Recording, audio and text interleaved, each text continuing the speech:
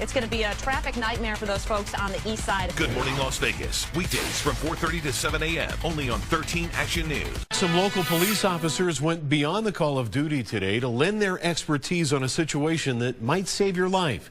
As 13 Action News reporter Annalise Ortiz explains, they want to make sure you know how to react if you're ever in the middle of an active shooter situation. There's a threat to your safety. Please seek shelter immediately. A gunman barges into your place of employment. Would you know what to do? I wouldn't really say so. We don't really have any firearms or any training for that kind of scenario. Workplace shootings continue to make headlines. The most recent in Orlando killed 5 people. Current and former police officers from agencies all over Southern Nevada want to help people plan for these attacks. Here they are wearing a badge, and when they're not, they still want to be able to go out and help. They started a company meant to give everyday people the tools they need to get away from a gunman. We want people to understand that in a life or death situation, the ability to survive is not a hard decision. And even ways to fight back against other kinds of intruders. Stop. Just stop. Stop. Okay? Okay. The time comes, you're just going to come right in there and you're going to poke in the eye. It's $20 to get it going. Randy Doe manages a cell phone shop. Surveillance cameras keep an eye out for crime, but he thinks training like this could help even more. No matter who really walks into the door, you never really know if they might rob you or run away with your stuff or steal. Could be anything. Annalise Ortiz, 13 Action News. Well, Metro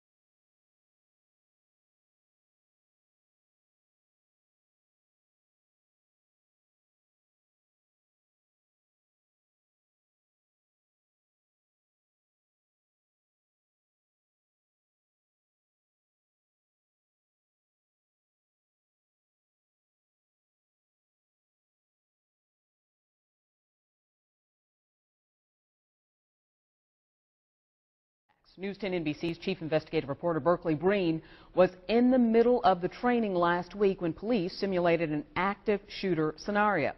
Berkeley is live at Parcel 5 where there is an open-air concert scheduled for Saturday. Burke? Deanna, Parcel 5 is an open space surrounded by tall buildings, and I'm going to ask police, what are you going to do about security here? Because police train for these kinds of situations, whether it's in an open space like this or a confined nightclub. And that's the terror attack scenario that I experienced and that I'm going to share with you tonight. And if there are any children watching right now, I want you to understand that what you're about to see is not real and no one got hurt. It happens fast. Police run into the bar. They take down the suspected terrorist and follow a hostage situation into the back. One of the police officers here is Michael DeMeo from the Westchester County Police Department. In that particular scenario, I'm focused on the gunshots and people's hands and who has a weapon. The nightclub attack happened inside the New York State Homeland Security Training Center just outside Utica.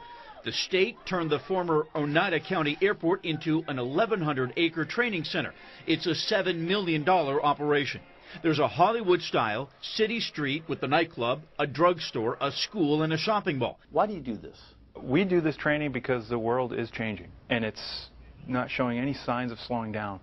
And we need to train our first responders on how to respond to something like this. The state models the scenarios after real-life attacks. There's a car ramming situation like we saw in London. They could develop a scenario based on what we saw in Las Vegas. They staged the nightclub shooting based on the attack in Orlando, and it could have happened in Rochester. On New Year's Eve 2015, Emmanuel Lechman, a man who swore his oath to ISIS, planned to attack people inside the Merchant's Grill restaurant and bar. The FBI arrested him before he could do it. That situation came up when I asked Rochester Deputy Chief Scott Peters this question. Have we had these kinds of threats in our city that you've had to respond to? I'll say yes. We had a specific threat that something was going to happen on New Year's Day. We always remember that, Emmanuel Lechman.